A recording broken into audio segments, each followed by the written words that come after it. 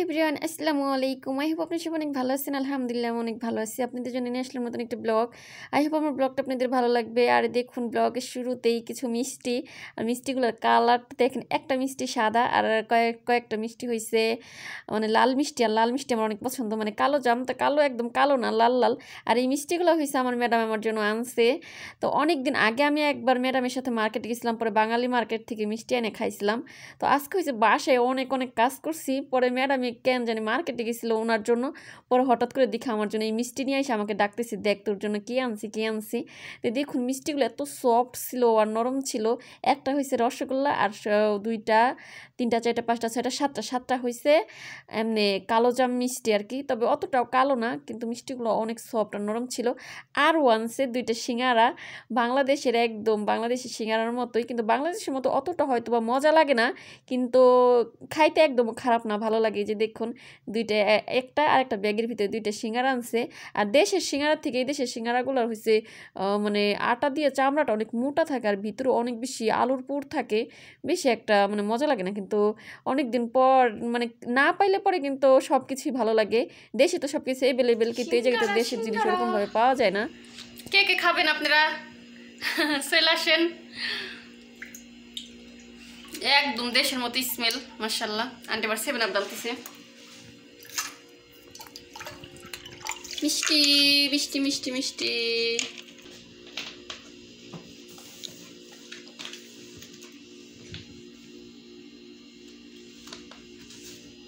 শীতে মাখাইলাম না কিন্তু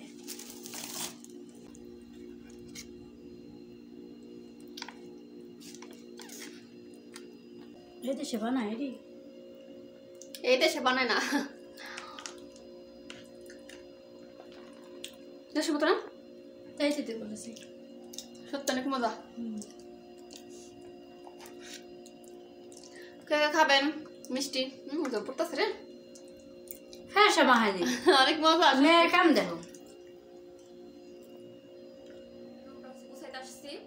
রুম হচ্ছে অনেকগুলো আছে, ম্যাডাম এক একদিন এক এক জায়গায় ঘুমায়। তো এই রুমটা হচ্ছে বিছনা চাদরটা একদম মানে এক কালার, একদম এক কালার। তো ক্যামেরার ভিতরে চকচক করতেছে, কিন্তু আসলে বিছনা চাদরটা অনেক বেশি নোংরা হয়ে গেছে। আর ওই যে একটা এসি আছে, ওই এসিটা হচ্ছে এখন পরিষ্কার করবো। আর আপনাদের কাছ থেকে দেখাই এসিটার উপরে কি পরিমাণ নোংরা পড়ছে, মানে ধুলাবালি পড়ছে, মোছা হয় না, দেখলে নিজের চোখে অনেক বিরক্ত লাগে। তো এখন হলে কাজ করবো, আর সকাল সকাল কাজ দিয়ে ভিডিওটা শুরু করলাম। খাওয়া দাওয়া করে হয়েছে ম্যাডামের রুমে চলে আসলাম কিছু কাজ করার জন্য, কারণ বাসা হয়েছে অনেক অনেক কাজ আছে। আর এই কাজগুলো করছি দেখে ম্যাডামে আজকে আমাকে অনেক ভালো ভালো খাবার কিনে এনে দিছে। আসলে সৌদিয়ানদের মন জোগান কিন্তু অনেক কষ্ট, কাজ যত ভালো করবেন মানে অনেক ভালো ভালো খাবার পাবেন তাদের কাছ থেকে, কিছু চাইলে আইনে দিবে। তবে আমি চাই নেই, আমার ম্যাডামে নিজেই আনছে। আর আমার ম্যাডাম তো আপনারা জানেন সবাই এমনি অনেক ভালো। তো ম্যাডামের রুমে এই এসিটা হয়েছে অনেক দিন ধরে অনেক নোংরা হয়ে আছে, যেহেতু এখন অনেক বেশি গরম পড়ে গেছে, প্রতিনিয়ত এসি আর কি চালানো লাগে। তো ভাবলাম যে এসিটা অনেক সুন্দরভাবে পরিষ্কার করি। তো প্রথমে হয়েছে মই দিয়ে ওঠার চেষ্টা করছিলাম, আমি হয়েছে ধপাস করে গেছি পয়রা খাটের উপরে। তো যাই হোক বেশি একটা ব্যথা পাইনি, কারণ খাটটা অনেক নরমের জন্য হাসি পাইতেছে। আচ্ছা যাই হোক, এরপরে হয়েছে খাটটা অনেক বেশি নোংরা হয়ে গেছিলো, জানলাটা সবসময় বেশিরভাগ খোলা থাকে, তো অনেক বেশি ধুলাবালি আসে। যে খাটটা ওই সাথে একটু মুইছে নিলাম। পরে হয়েছে চঙ্গটা রাইখা এসে এখন এই যে দেখুন এই বিছনা চাদরটা হয়েছে উঠাই ফেলতেছি, কারণ বিছনা চাদরটা অনেক বেশি নোংরা হয়ে গেছে। ম্যাডামে হয়েছে মুখে কি যেন নেয় বিছনা চাদরের বালিশের কাবারে, কয়েকদিন পর পর, তারপর কিছু না নিলেও কয়েকদিন পর পর না ধুলে পরেও কিন্তু একটু অস্বস্তি লাগে। পরিষ্কার পরিচ্ছন্ন জিনিসের ভিতরে শুইলেও একটু ভালো লাগে। তাই এই যে এগুলো হয়েছে গুছাই গাছাই রাইখায় এখন হয়েছে কাপড় চোপড়গুলো আগে রাইখা আসবো ইসের ভিতরে। তার সাথে হয়েছে জানালার মানে পর্দাটা একটু বাইরে নিয়ে, আর যে জানালাটা একটু খুলে নিলাম। বাইরে হয়েছে প্রচুর পরিমাণে রোদ উঠছে, এত রোদ বলার মতো না। তবে ততটাও গরম পড়ে না এখনও তাবুকে, মানে এসি বা ফ্যান না ছাড়লেও চলে মোটামুটি আর কি, ততটাও আমাদের বাংলাদেশের মতো গরম না। তো এই জায়গা হয়েছে ম্যাডামের মানে রুমে একটা আয়না ছিল, টেবিল ছিল, ওইগুলো হয়েছে মুইসা টুইসা পরিষ্কার করে নিতেছে। আজকে হয়েছে সব ধোয়া পাকলা মোছা টোসার কাজ। তো ম্যাডাম হয়েছে বাসায় ছিল, বসে বসে দেখতেছিল, যে আমাকে কিন্তু কখনো কাজের জন্য বলতে হয় না। তাই আমি হয়েছে একা একাই আমার যা যা করার সব কাজ আমি নিজের থেকেই করি। তো এই বিছনা চাদর আর বালিশের কাবার পর হয়েছে কয়েকটা তোয়ালে ছিল বাসায়, মানে একটু নোংরা হয়ে গেছে, তো এগুলো সব একসাথে দিয়ে দিলাম। যেহেতু বেশি একটা নোংরা হয় নাই, তাহলে আলাদা আলাদা ধুইতাম। তো মিশিংয়ের ভিতরে হচ্ছে ওইগুলা কাপড় চোপড়গুলো ধুইতে দিয়ে বিছনা চাদর চুদর ধুইতে দিয়ে এই জায়গায় হচ্ছে সিঁড়িটা মুছতে চলে আসলাম। ম্যাডামে হচ্ছে কয়েকদিন ধরে বলতেছিল যে আমরা তো 2 তলায় থাকি, তো 3 তলার ওই সিঁড়িটা অনেক বেশি নোংরা হয়ে গেছে, বাসায় কেউ আসলে পরেই তো ওই দিকে তাকায়। আমার ম্যাডামে খালি বলে যে কেউ আসলে খালি বলে যে আমার বাসায় কাজের লোক নাই, আমার বাসায় কাজের লোক নাই। এই জন্য হয়েছে আজকে আর কি সিঁড়িটাও মুছে ফেলতেছি, যে কাজের লোক আছে সেটা কাজ করে আজকে প্রমাণ করে দিব একদম। অনেক বেশি কাজ করবো আজকে, শুধু দৌড়ে দৌড়ে দৌড়ে দৌড়ে করে কাজ করবো। দেখেন কত তাড়াতাড়ি করে বন করে কাজ করতেছি না আসলে, কিন্তু করার সময় কিন্তু অনেক কষ্ট লাগছে, তা আমি একটু হয়রান হয়ে গেছিলাম, একটু জিরাইতেছিলাম। আর এই সমস্ত কাজগুলো কিন্তু অনেক হার্ড ওয়ার্কিং, মানে অনেক কষ্ট। যেমন আপনি ধোয়া পাকলা মোছাই, যে দেখুন কত কষ্ট করে সিঁড়ি মোছা লাগে, আপনারা দেখতেছেন যে কত তাড়াতাড়ি হয়ে যাইতেছে, কিন্তু এগুলো করতে কিন্তু অনেক দেরি লাগে।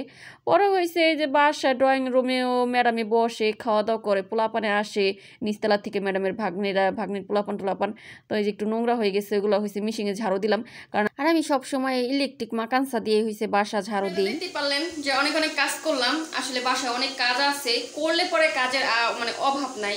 সব কয় রুমে এসছি, নোংরা হয়ে রয়েছে, কিন্তু করতে ভালো লাগে না, এত কাজ কে করে, সত্যি অনেক কাজ। আর দেশের মানুষ হয়তো বা ভাবে যে বাইরে মানুষ যায় জিন্সের প্যান্ট পরে, শার্ট পরে, গেঞ্জি পরে, আর রাস্তা দিয়ে হাইটে বেড়ায়, রাত ভরে ঘুরে বেড়ায়, এরকম। আসলে সবার ক্ষেত্রে এরকম না, সবাই যেরকম হাতে 5টা আঙুল যেরকম একরকম না, তো 5টা মানুষ 5 রকম, একরকম কোনোদিনও হবে না, এক একটা মানুষ এক এক রকম। তা আমরা হচ্ছে এই জায়গায় কাজ করার জন্য, আমি কাজ ছাড়া আমার জীবনে আমার আর কিছুই নাই, অন্য কোনো ধান্দা বান্দা কিচ্ছু নাই, পরের বাড়ি কাজ করার জন্য আসছি, কাজ করি।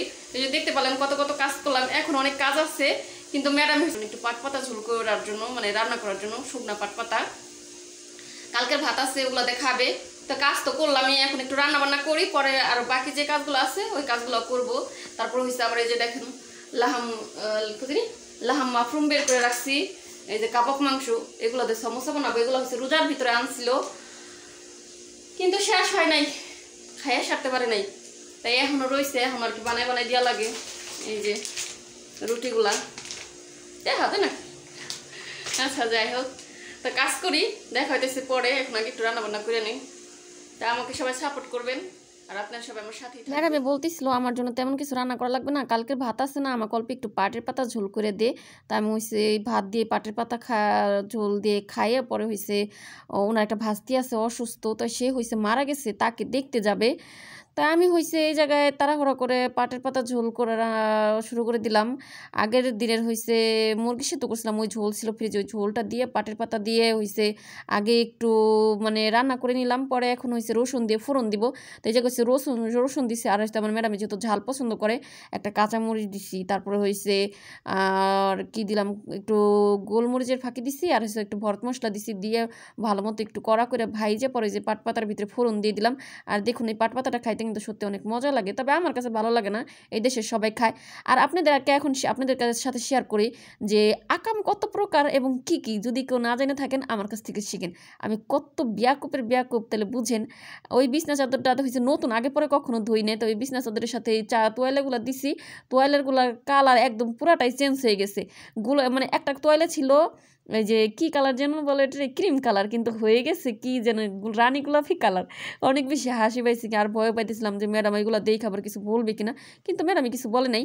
তো যাই হোক, ওই জায়গায় কাপড় চোপড়গুলো একটু শুকানোর মেশিনের ভিতরে দিয়া পরে হয়েছে চলে আসলাম রান্নাঘরে। আজকে হয়েছে রান্না করবো আমার জন্য মাসকলাইয়ের ডাল লাউ দিয়ে। তো যারা কখনো মাসকলাইয়ের ডাল খান নাই তারা তো এই স্বাদটা বুঝবেন না, আর যারা কখনো খাইছেন লাইফে একবার হইলেও তারা তো অবশ্যই বুঝবেন যে মাসকলাইটা কতটা মজা লাগে রান্না করলে। আর এটা হয়েছে মুসুরির ডাল রান্না করলে, যেমন খাইলে পরে অনেকের গ্যাস হয়, গ্যাসের প্রবলেম আছে, কিন্তু এই মাসকলাইটার কিন্তু ওরকম কোনো গ্যাসের প্রবলেম নাই, শরীরের জন্য অনেক ভালো। তাই যে দেখুন আমি এরকমভাবে হয়েছে মাসকলাই, এগুলো হচ্ছে আমার জন্য দেশের থেকে পাঠাইছিল আমার মামি, আমার মার জন্য, তো মা আবার আমাকে দিছে। তো মাসকলাইটা হয়েছে যে ডালটা আগে দিয়া পরে হয়েছে একটু পানি দিয়ে, ঠান্ডা পানি দিয়ে গুলাই নিছি, তারপর পেঁয়াজ রসুন কুচি, তারপর কাঁচামরিচ কুচি এগুলা দিয়ে পরে হয়েছে তেল দেয় নেই, কিন্তু তেল হয়েছে পরে ফোড়নে দিব। তারপরে হয়েছে এলো গরম পানি দিয়ে আর একটু লবণ দিছি, মশলা দিয়ে, মশলা বেশি দিনে হলুদ দিছি আর একটু জিরার ফাঁকি দিছি, বাস। পরে হয়েছে যে চুলায় বসাই দিছিলাম, তো ভালো মতো বলক আসছে ডালটা। তারপরে হয়েছে যে এখন লাউগুলো দিয়ে দিতেছিলাম, আর লাউগুলো হয়েছে আমি একটু চাক করে কাইতে নিছি। আর এরকমভাবে কিন্তু মুগের ডাল না, সরি এটা হচ্ছে মাসকলাইয়ের ডাল, মানে কালাইয়ের ডাল বাংলা ভাষায় যেটাকে বলে কালাইয়ের ডাল। আর এই জায়গায় হচ্ছে লাউগুলো দেওয়ার পর ডালের ভিতরে ডুবতেছিল না, আমি ভাবতেছিলাম কিরে বাবা এটা আবার কি হইলো, এটা কি কোনো জায়গায় কোনো শয়তান ময়তানে আবার পর খাড়াই রইল নাকি আমার কান্দের উপর দিয়ে। ডালের ভিতরে লাউ এমনি ডুবে না কি লিগে, পরে ভাবলাম ও বেগুন আর লাউ তো এমনি পানির ভিতরে ডুবে না, আর এইগুলো তো ডুববো না। তো যাই হোক, না ডুবে না ডুবলো আমার সমস্যা কি, আমি তো খরকাম খাইমু, রান্না করার কাম রান্না করবো। পরে যে দেখুন ডালটা প্রায় হয়ে গেছে, এখন দিব হয়েছে ফোড়ন। আর এই জায়গায় হয়েছে কি দিতেছি, প্রথমে জিরা দিচ্ছি, পরে হয়েছে 2টা তেজপাতা ছিঁড়া দিচ্ছি, পরে কিছু শুকনা মরিচ দিছি, আর পরে রসুন দিছি, পরে অনেক কড়া করে লাল করে ভাইজে পরে ডালের উপরে যে ফোড়ন দিয়ে দিছি। হয়ে গেছে আমার ডাল। আর অল্প একটু জাল দিলেই হবে, কারণ এখানে এখন অনেকখানি পানি আছে।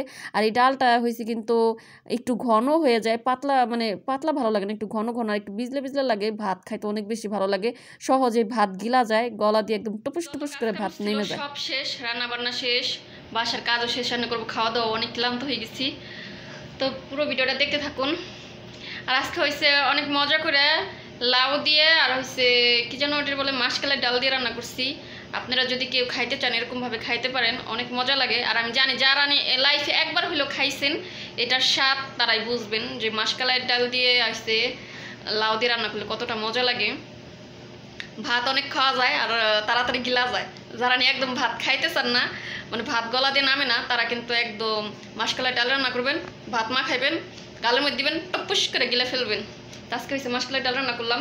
এখন সব বাসার সমস্ত কাজটা শেষ, শুধু সমোসা বানাবো। সমোসা বানানোর জন্য মাংসটা কষে রাখছি, এখন আগে খাইয়ে নিই, পরে হয়েছে আর কি বাকি যতটুকু কাজ আছে তো করবো। এখন আর দুম চলতেছে না, না খাই কিচ্ছু করতে পারবো না।